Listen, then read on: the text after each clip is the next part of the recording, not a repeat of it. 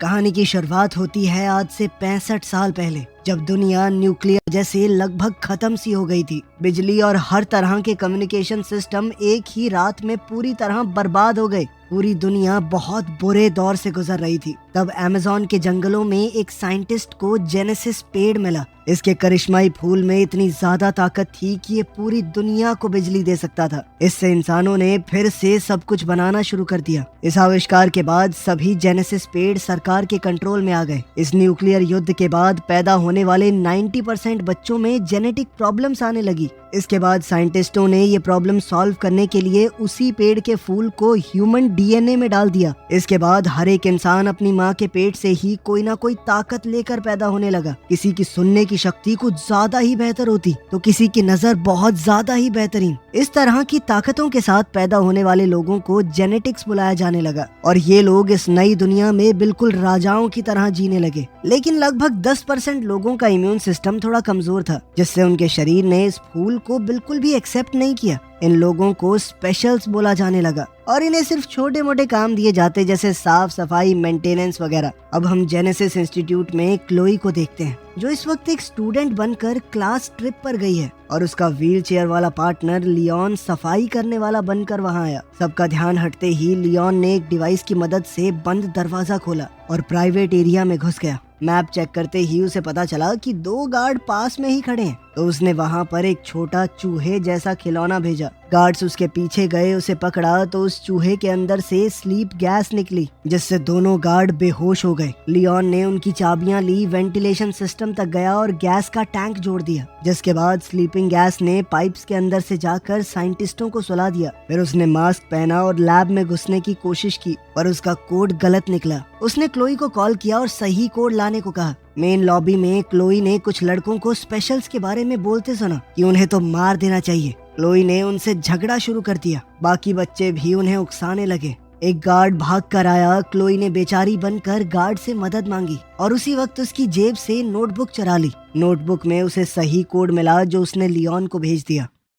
Code मिलते ही Leone जल्दी से लैब में घुस गया। उसने अपनी माँ की पुरानी घड़ी निकाली, जिसमें लिखा था कि हम सब एक हैं, हम सब बराबर हैं। ये पढ़कर उसे हिम्मत मिली। उसने एक लिवर खींचा, मशीन खुली और अंदर जेनेसिस ट्री था। उसने एक पुराना हथियार लिया और शीशे के अंदर छेद करना शुरू किया। लेकिन जैसे ही वो फूल तोड़ने लगा, पेड़ ने बहुत सारे स्पाइक शूट कर दिए और अचानक से अलार्म बजने लगा। लियोन ने फिर भी फूल को एक ब्लू कैप्सूल में पैक कर लिया। अनाउंसमेंट हुई कि ये बिल्डिंग अब लॉकडाउन में जा रही है और सबको जल्द से जल्द बाहर निकलना होगा। क्लोई लियोन का इंतजार करना चाहती थी, पर गार्ड्स ने उसे बाकी स्टूडेंट्स के साथ बाहर भेज दिया। किसी तरह किस्मत से लियोन भी समय रहते बाहर आ गया। बाहर लियोन ने जानबूझकर क्लोई को टक्कर मारी और उसका टेडी बियर नीचे गिरा दिया। उसने टेडी वापस देने से पहले कैप्सूल को टेडी के अंदर छुपा दिया। जब गार्ड्स ने लियोन की जेब चेक की तो उन्हें सिर्फ एक घड़ी मिली। उन्होंने घड़ी पर लिखी हुई बात का मजाक उड़ाया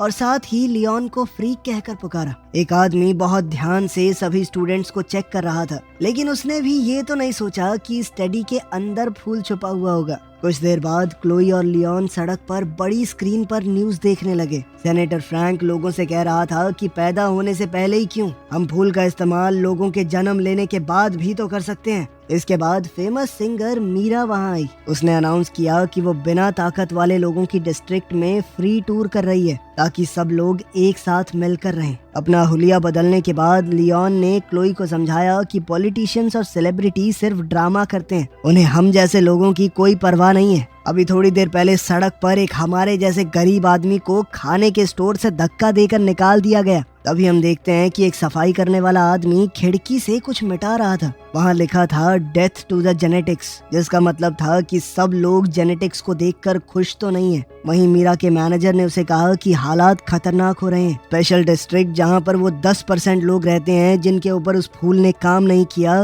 वो पहले से बहुत रिस्की है और बहुत ज्यादा भीड़ आएगी, इसलिए ऑटोग्राफ सेशन को कैंसिल करना होगा। मीरा को ये बात बिल्कुल पसंद नहीं आई। उसने कहा कि ऐसे थोड़ी आएगी एकता, मुझे लोगों के सामने जाना होगा, उन्हें अपने जैसा महसूस करवाना होगा। उसने इवेंट को कैंसिल करने से मना कर दिया। क्लोई और लियोन जब घर जाने लगे तो स्पेशल डिस्ट्रिक्ट के गेट पर गार्ड्स ने उनकी आईडी चेक की। लियोन शॉपिंग करने गया तब क्लोई टीवी पर फ्रैंक का इंटरव्यू देख रही थी। अब फ्रैंक बोल रहा था कि उसने ऐसी दवाई बनाई है जिससे वो 10% लोग जिनके अंदर ताकत नहीं आई थी वो भी अब इस ताकत को महसूस कर पाएंगे। उन्हें भी अब बाकी सब जैसा बनाया जा सकता है। क्लोई ये देखकर बहुत खुश हुई, लेकिन लियोन ने कहा कि ये सब झूठ है। फिर वो दोनों अपने घर गए एक छोटी सी वर्कशॉप में। क्लोई वहाँ पौधे उगाती है और लियोन कुछ डिवाइसेस बनाता है। लियोन फूलों से वो हिस्से निकालता है जिनके अंदर ताकत है और उनकी मदद से अपाहिज लोगों के लिए खास तरह के प्रोस्थेटिक्स बनाता है ताकि वो लोग भी एक आम जिंदगी जी सकें। क्लाइंट्स के पैसों से उनका रोज का गुजारा हो जाता है। क्लाइंट्स का काम खत्म होने के बाद एक आदमी ने जेनेटिक डिस्ट्रिक्ट से कॉल किया और कहा कि मुझे कुछ ठीक करवाना है। क्लोई ने मना कर दिया, ये कहकर कि हम लोग कहीं जाके ठीक नहीं करते, दुकान पे ही आना पड़ेगा आपको। पर जब लियोन ने सुना कि वो आदमी 3 गुना पेमेंट देगा तो उसने कहा कि कोई नहीं, आ जाएंगे। क्लोई डर गई क्योंकि ये थोड़ा इलीगल काम था। लियोन ने उसे समझाया कि मुझे सारा रास्ता पता है, कहाँ पे गार्ड्स हैं कहाँ पे नहीं, वो किसी को भी पता लगे बिना अंदर जा सकता है। अब वो दोनों एक महंगे से रेस्टोरेंट में पहुंचे जहां कुक ने उन्हें पीछे के दरवाजे से अंदर लिया। वो कुक भी उन्हीं की तरह था। उसके पास एक मैकेनिकल सूट था जो उसे चलने में मदद करता है अपाहिज होने के बाद भी। अचानक एंटी जेनेटिक्स नाम की गैंग मेन दरवाजा तोड़कर अंदर घुस गई और उन्होंने बिजली भी काट दी। लियोन ने सूट ठीक करने का काम पूरा किया। कुक ने कहा कि मैं देख कर आता हूँ बिजली कैसे चली गई, साथ ही आपके पैसे भी ले आऊंगा। गैंग ने अब रेस्टोरेंट को तोड़ना शुरू कर दिया और खास शक्तियों वाले इंसानों को मारना भी। कुछ ही मिनटों में बहुत से टेबल्स टूटे पड़े थे और बहुत सारी लाशें जमीन पर थी। फिर गैंग का लीडर दीवार पर कुछ लिखने लगा। इतने में कुक वापस किचन में आया। उसके शरीर पर खून लगा हुआ था। उसने अपनी आखिरी सांसें भरते हुए क्लोई और लियोन को बताया कि बाहर क्या हो रहा है और फिर दम तोड़ दिया। अब क्लोई और लियोन ने भागने की कोशिश की लेकिन पीछे के दरवाजे पर ताला लगा हुआ था। अब उन्हें यहाँ से भागने के लिए कुछ तो दिमाग लगाना पड़ेगा। लियोन ने क्लोई से कहा कि कुक का मैकेनिकल सूट पहनने में मेरी मदद करो। कुछ मिनट बाद 2 गैंग वाले किचन में आए। उन्हें सिर्फ मरा हुआ कुक ही दिखाई दिया क्योंकि क्लोई और लियोन छुपकर बैठे थे। वो लोग दीवार पर कुछ लिखते हुए बात कर रहे थे कि कल एक छोटा शो होगा और अगले दिन बहुत बड़ा काम। एक गुंडे ने अपने कुछ आइडिया देने की कोशिश की लेकिन बॉस ने उसे चाकू दिखाकर धमकाया कि प्लान में कोई बदलाव नहीं होगा, ठीक है। एक आदमी ने कागज गिरा दिया और क्लोई ने उसे उठाया। पुलिस की आवाज आई तो गुंडे निकल गए। अचानक लियोन के सूट ने कंट्रोल छोड़ दिया। सूट ने खुद ब खुद उसे खड़ा कर दिया और काउंटर पर फेंक दिया। दोनों आदमी उसके पीछे आए तो लियोन ने बर्तनों और गर्म पानी का इस्तेमाल करके उनसे लड़ाई की। लड़ाई के दौरान बॉस का मास्क हिल गया और उन्हें उसका चेहरा दिख गया। गुंडों ने लियोन को काउंटर पर दबा दिया और क्लोई उसे बचाने कूद पड़ी। फिर लियोन ने गुंडों के ऊपर आटा फेंका और जल्दी से वहां से निकलने की सोची। अब वो क्लोई के साथ एग्जिट की तरफ भागने लगा। सूट की ताकत से लियोन ने दरवाजा तोड़ दिया और वो दोनों वहां से बाहर निकल गए। बाहर लियोन को सूट में चल पाना बड़ा मुश्किल सा हो गया तो क्लोई उसे संभाल कर एक गली में ले गई। पुलिस की गाड़ियां पास से निकल गई पर उन दोनों को नहीं देख पाई। क्लोई ने हिसाब लगाया कि सूट की टांग थोड़ी टूट सी गई है, इसीलिए वो लियोन को घर तक सहारा देते हुए ले गई। अगले दिन रिपोर्टर्स ने पूरा केस दिखाया और फिर सिक्योरिटी कैमरास के एक फोटो में लियोन और क्लोई भी थे। अब मीडिया बातें फैलाने लगा कि शायद ये भी गैंग के लोग हैं। सारी इन्फॉर्मेशन निकाली गई ताकि पुलिस को भेजी जा सके। स्पेशल फोर्सेस के कैप्टन हजिज ने कहा कि ये बिना खास शक्तियों वाले लोगों का जो एरिया है ना, ये क्राइम का अड्डा बन चुका है। हम जल्द ही स्पेशल डिस्ट्रिक्ट के ऊपर रेड करेंगे। लियोन और क्लोई डर गए क्योंकि उन्होंने उसे पहचान लिया था। दरअसल वो उसी गैंग का लीडर है जिसका चेहरा उन्होंने पिछले दिन लड़ाई में देखा था। क्लोई ने वो कागज खोला और पता चला कि वो मीरा के कॉन्सर्ट का फ्लायर है जिसके अंदर एक छोटा सा मैप बना हुआ है। वो लोग समझ गए कि इस गैंग वाले लोग कॉन्सर्ट पर हमला करेंगे और इस बात के लिए दोषी हम जैसे लोगों को ठहराया जाएगा। लियोन डर कर सामान पैक करने लगा ताकि वो शहर छोड़ दे, पर क्लोई ने कहा कि हमें लोगों को बचाना होगा।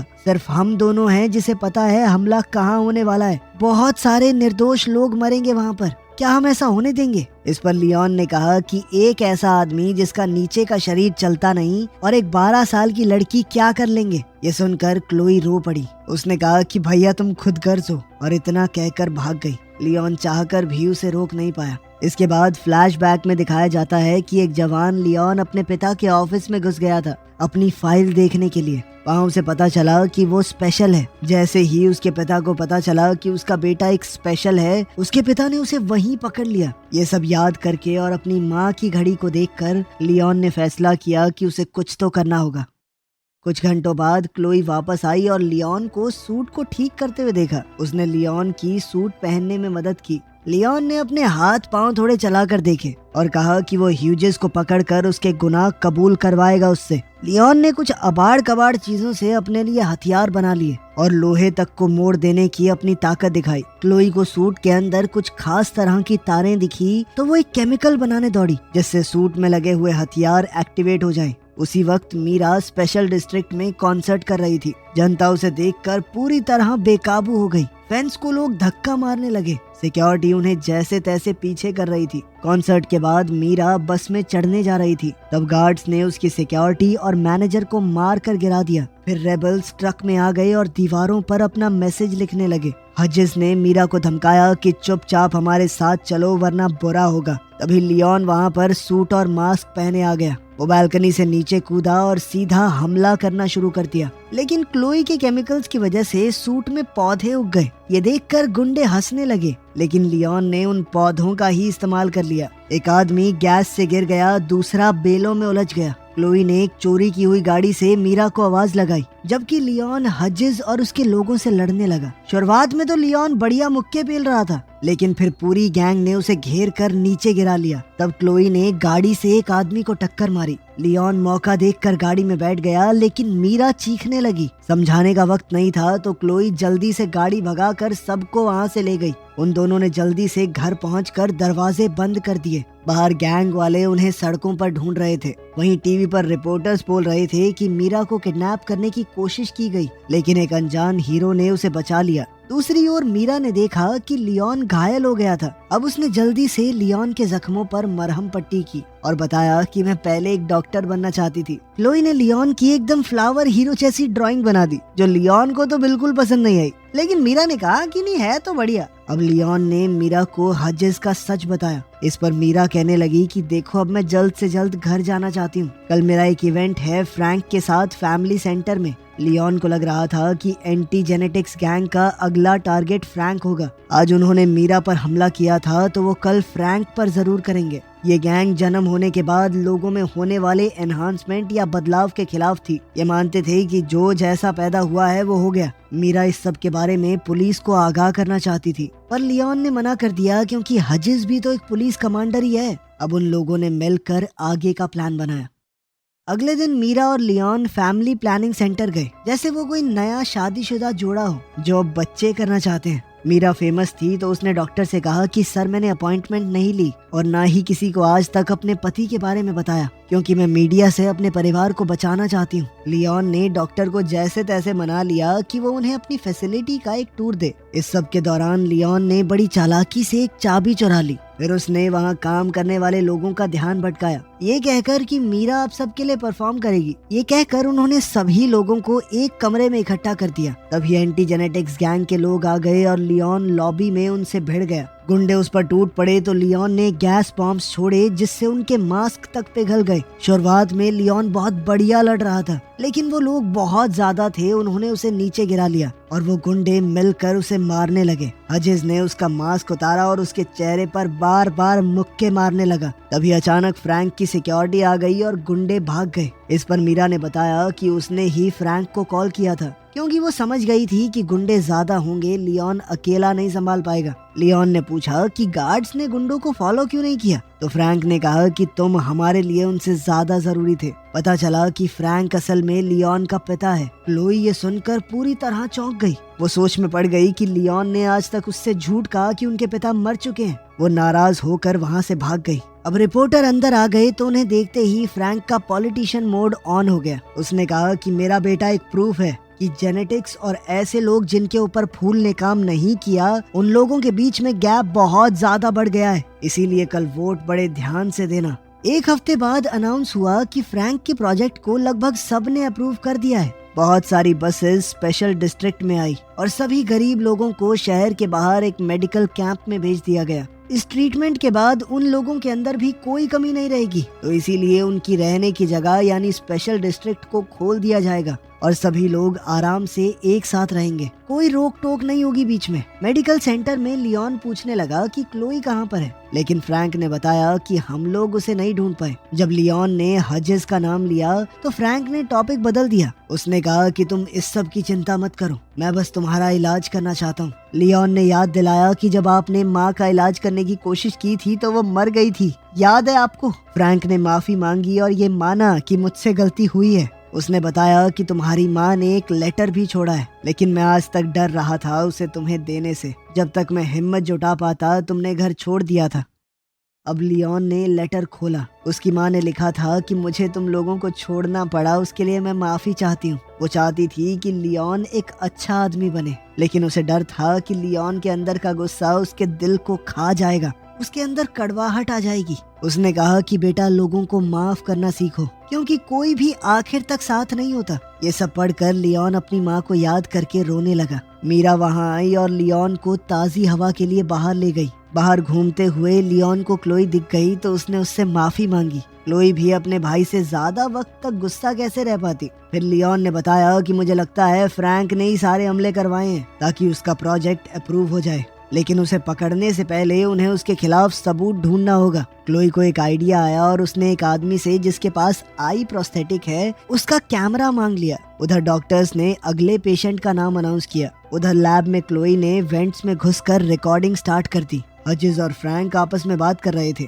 उनकी बातचीत से ये तो साफ हो गया कि उन दोनों ने मिलकर ही ये कांड किया है। अपने कुछ पेशेंट्स को बेहोश करते वक्त फ्रैंक अपना प्लान समझा रहा था। वो इन लोगों के दिमाग से एक खास तरह के जीन को निकालना चाहता था। फिर वो उस जीन को उन लोगों के अंदर इंजेक्ट करेगा जिनके अंदर खास ताकत थी। फ्रैंक इसे इंसानों का अगला एवोल्यूशन कह रहा था। फ्रैंक ने बताया कि इससे वो लोग और बेहतर हो जाएंगे, हमेशा जवान रहेंगे चाहे कोई भी उम्र हो। उसे स्पेशल्स यानी इन अपाहिज लोगों की कोई परवाह नहीं थी। इन लोगों का तो सिर्फ वो इस्तेमाल करना चाहता है उस जीन को निकालने के लिए। थोड़ी देर बाद क्लोई ने टेंट में सबको रिकॉर्डिंग सुनाई। मीरा रोते हुए वहाँ मौजूद सभी स्पेशल्स से माफी मांग रही थी क्योंकि उसे इस बारे में कुछ नहीं पता था। लियोन ने अपनी माँ के मैसेज को दोहराया कि हम सब एक बराबर हैं, हमारे अंदर कोई कमी नहीं है, इंसान हैं हम भी। ये बातें कहते हुए उसने सबको लड़ाई के लिए उकसाया। उसने कहा कि मुझे किसी भी हालत में मेरा सूट चाहिए। इस पर क्लोई ने बताया कि मैंने पहले ही स्टोरेज की चाबियां चुरा ली हैं।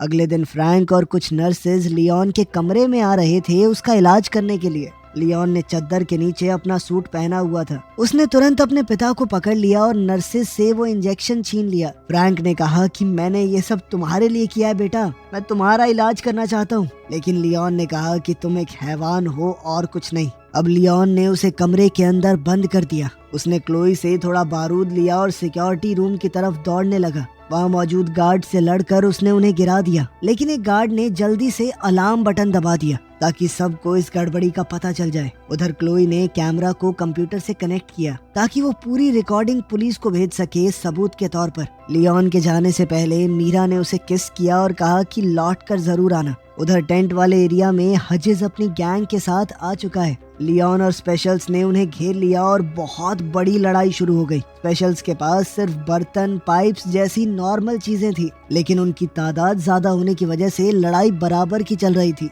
वहीं लियोन का सूट उसे एक वक्त पर बहुत सारे लोगों से लड़ने की ताकत दे रहा था, लेकिन हजेस ने बैकअप बुला लिया और हथियारों वाले बहुत से लोग आ गए। कई स्पेशल्स लड़ते हुए गिर रहे थे, वहीं लियोन हजेस से अकेले लड़ रहा था। कुछ देर बाद हजेस ने लियोन को नीचे गिरा दिया और लियोन ने भागकर बचने की कोशिश की। उधर सिक्योरिटी रूम में एक आदमी ने मीरा को गले से पकड़ लिया। तभी एक स्पेशल वहां आया और जल्दी से उस आदमी को मार गिराया। कंप्यूटर ने आखिरकार फुटेज अपलोड कर ही दी और क्लोई ने जल्दी से पुलिस को बुलाया। उधर लैब में लियोन अपनी जान बचाने के लिए रेंग रहा था। हजेस ने पीछे से आकर उसे मारा। अब टेबल्स और कंट्रोल पैनल के बीच में उनकी लड़ाई हो रही थी। लियोन ने जेनेसिस पेड़ की मशीन खोल दी और फिर एक चीज फेंक कर मारी जिससे शीशे के ऊपर क्रैक आ गया। उसकी इस हरकत के बाद तो हजेस ने लियोन को पकड़कर और मारा और उसे मशीनों के ऊपर फेंक दिया। इससे पूरा शीशा ही टूट गया। अब हजेस उसे मारने ही वाला था जब लियोन ने अचानक ही एक फूल तोड़ लिया।